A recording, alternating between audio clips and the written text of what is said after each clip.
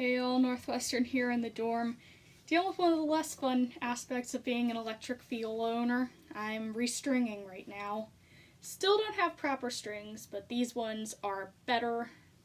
I've tried these ones before in the past and they are better than the ones that I put on this. So until I can get some shipped to me from home that are actually designed for an electric, I'm putting these on. I couldn't have the camera on when I was doing it because I couldn't hold the thing in place, but the tailpiece on an electric viola does come out, so this kept coming out with the tailpiece and it just kept flopping off of my viola until I could get the A and the C string on to stabilize it, and both of them are badly out of tune right now because this one is so much more delicate that you almost want to wait a few hours before tightening the strings up to tune so that you can actually do it without breaking your instrument. So I'm going to keep stringing this. I figured I would show this just to show any differences. Other than trying to hold the tail piece in place, it's not too much different. In this case, usually I would replace string by string, but it's a lot tighter up here in this box. It tends to pull the other strings out, so I just went all four at once, especially since they were really stretched out. They tend to overheat the dorms, and before that we didn't have air conditioning in the dorms and it was humid and the strings were just bad. So I tried to minimize the stress on the instrument. So this is the G string. I tend to string it in order of the pegs highest to lowest to try and not have the other ones interfere with each other, so I don't know if there's any particular order that's recommended because I haven't heard one that's really in the rules. I had one string teacher who did it one way and one that did it another way. I'm going from bottom peg up to the top peg so that they're all overlapping, so that they're on top of each other rather than tangled up in each other, because that's what makes most sense to me and makes it really easy to do the other ones with stringing and unstringing. So I did the C string first because you can see that's the C string. Then I did the A string. Now I'm going to do G and then I'm going to do D last. Alright. And you gotta watch to make sure that the other ones don't get too loose too, because like I said in previous videos, this bridge kind of rests on a rubber pickup, which has been stabilized better than it was when I first got it, since the bridge has been putting constant pressure on it. But it is a little unstable under there, and it can cause your bridge to go flying, and you really don't want that to happen because A, you could lose your bridge, and B, if it hits something the right way, it can very well break. That's odd. They gave me a sleeve on this string, but they didn't have it on the other two. If you're an electric violinist, it's a little more critical, but in this case, because the other strings didn't have sleeves on them, I'm not going to do sleeves on this one, because if you're going to do sleeves on an electric viola with an unstable bridge like this, you have to do it on all four strings. Otherwise, you don't have equal tension down on it. They're not on level. And then you have a whole lot more bridge problems. I found out when my bridge went flying the first time that it kept flying until I took the one string that had a sleeve on it. I took the sleeve off and then the bridge stayed fine. So I'm tucking the G string into the fine tuner. Those of you who don't have fine tuners, this is a little easier to do because you're not having to shove an extra thick string that hasn't been stretched out into a gap like this. But at the same time, it makes tuning it a whole lot harder because these things slide out of tune very, very easily. And I take this up. Hole in the peg,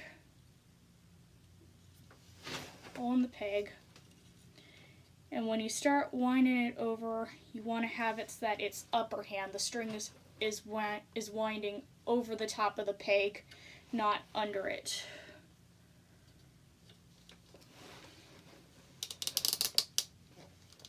push the peg in while you turn, otherwise it's not going to get anywhere because the peg's too loose.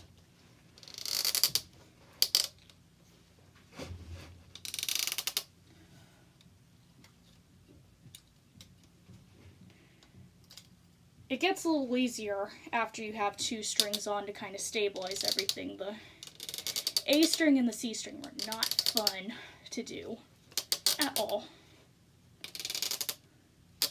Not fun at all. This one is going pretty well so far. Knock on wood.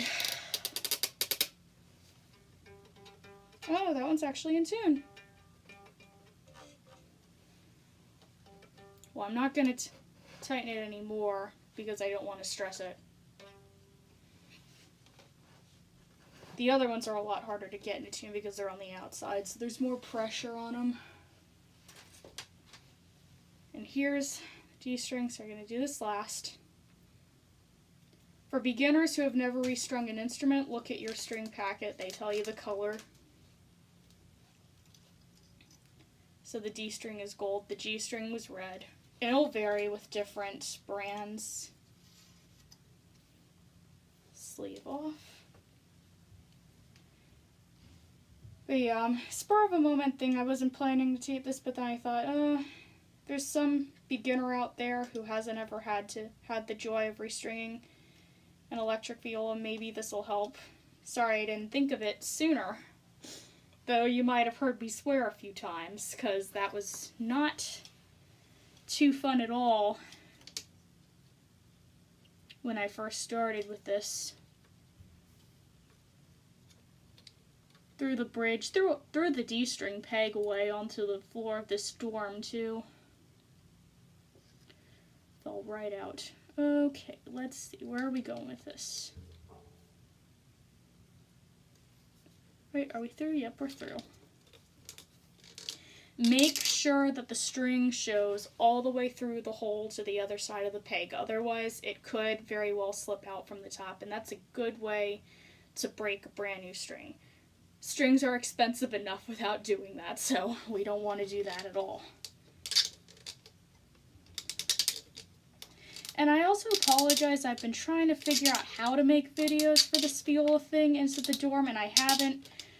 First of all, sound quality with this is bad because I don't have an amp, and I still don't have the proper strings. I'm hoping that these will be a little better so that I can at least do something, like maybe the intro to Crazy on You and talk about some improv, because the intro to Crazy on You is plucking. It doesn't involve the bow, so I can do that pretty easily even without the proper strings because I don't have to worry about them not sticking up high enough.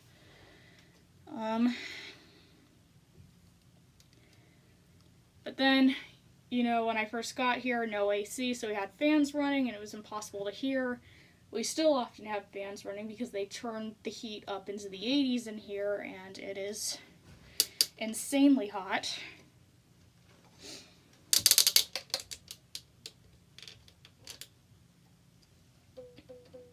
Alright, that is way out of tune, but I don't want to turn it too tight right now. Don't want to stress it out.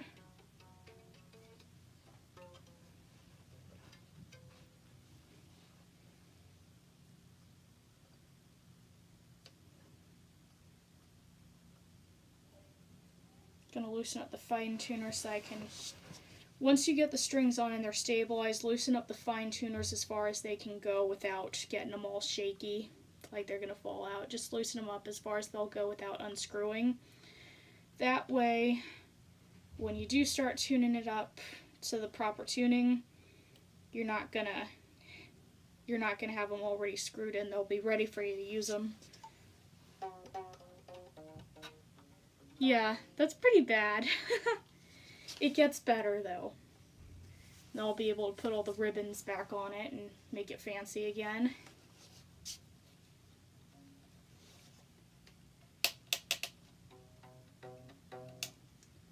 You see. Maybe if I do E flat tuning down a half step, it won't put too much stress on it. Ooh, gotta knock that bridge back into place. It's what you're going to find is that your bridge, as the string stretch, it's going to pull your bridge towards the fingerboard. So right after you change strings, keep watching it, because it's going to shift forward, and you do not want it to do that. You have to put that bridge back, or else it's going to break your bridge if it puts enough strain on it. Everything's in the grooves on the bridge.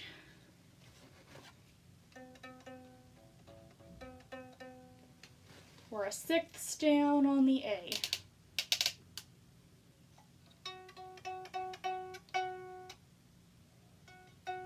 F, we have to go up from F, that's reading F sharp right now.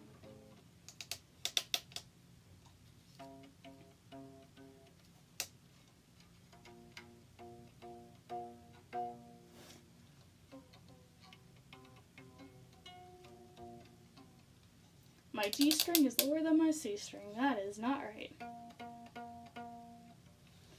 Have to work them up gradually, kind of go back and forth. G string is at F sharp.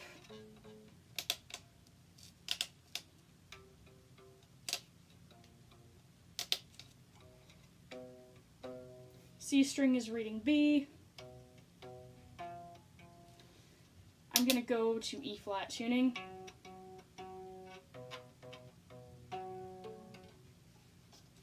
Which is a half step down, so your A becomes G sharp, your D becomes C sharp, your G becomes F sharp, and your C becomes B.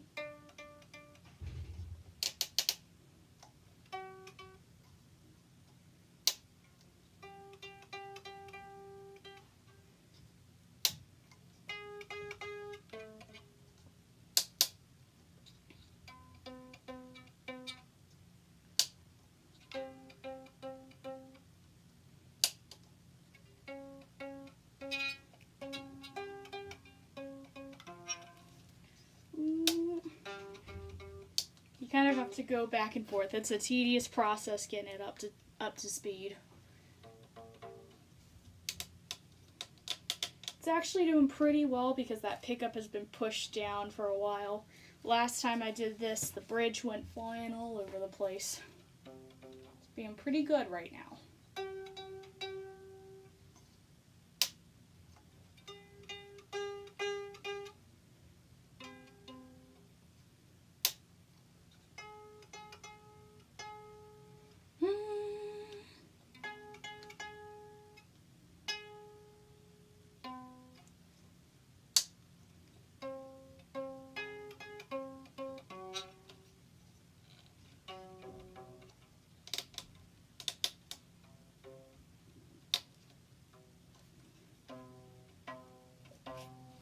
C string is in a solid B right now. And leaving it in half step tuning for down tuning for a while does allow the strings to stretch. It also allows you to, I like to use it as an opportunity to play the stuff from the 80s where you have a lot of bands that tune down a while. So that's a fun thing to do.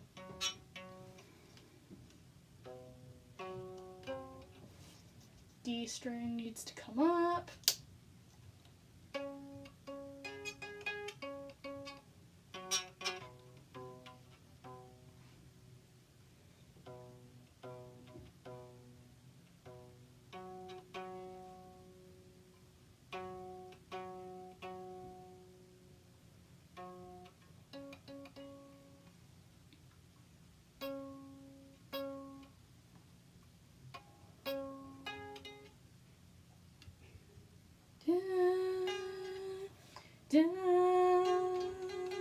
If you know the tune of this, if you know the tune of the note you're trying to go for, sing it, because that'll help you match it up.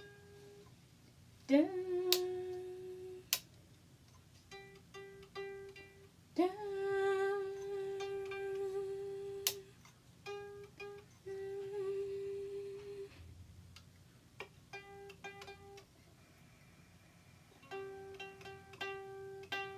G sharp.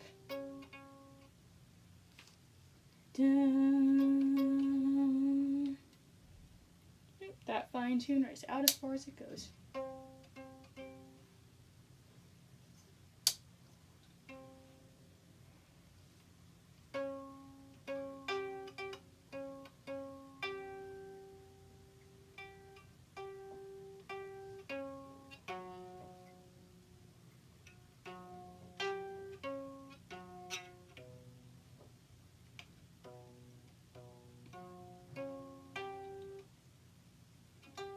And they're already starting to come down as I'm trying to get them up. This is just fun of changing strings.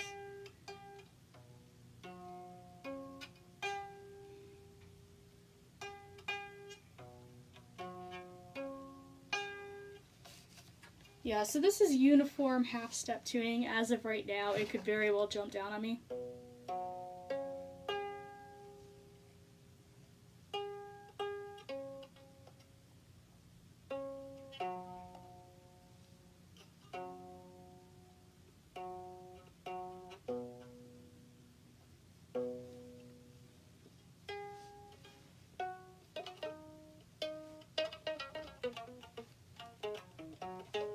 Been a while since I played that riff.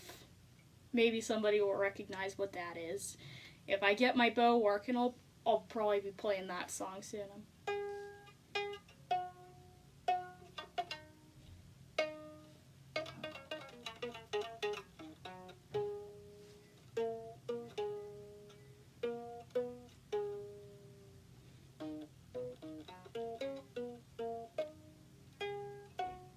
Yeah, stuff that you can play tuned down a half step. That's a good way to, if you know songs that are like in G sharp minor from a band that played it in A minor but tunes down to E flat, try and pluck through some of those songs. Or if you have, I would wait on the bow with an electric because the bridge is very unstable right now. But just try and pluck through some of the songs because that'll also help your strings to stretch out and get acclimated.